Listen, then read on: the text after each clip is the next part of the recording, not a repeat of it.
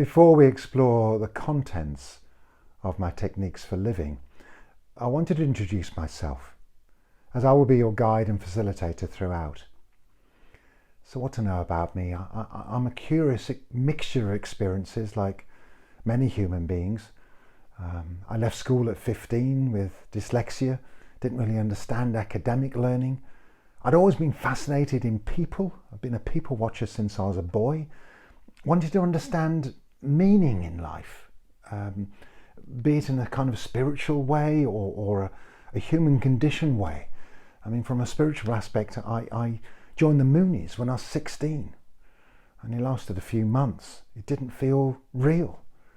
And so I left and became an actor for 12 years.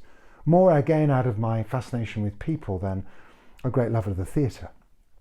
At the age of 30, I trained with several organisations to become a facilitator and led large transformational psychology workshops to big groups of people both in the UK and the US. And we explored what it is to be human, emotional intelligence.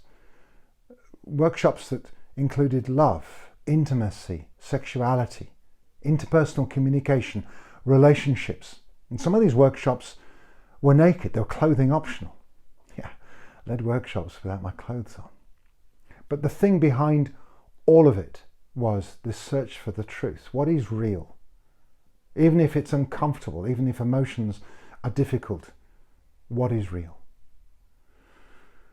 And so this has been part of my journey, and in the last 17 years I've become a Vipassana meditator, the purest form of Buddhist meditation that just helps the mind settle in the present.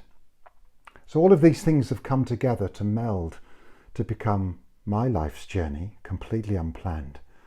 And I'd love to explore some of your journey through my techniques for living.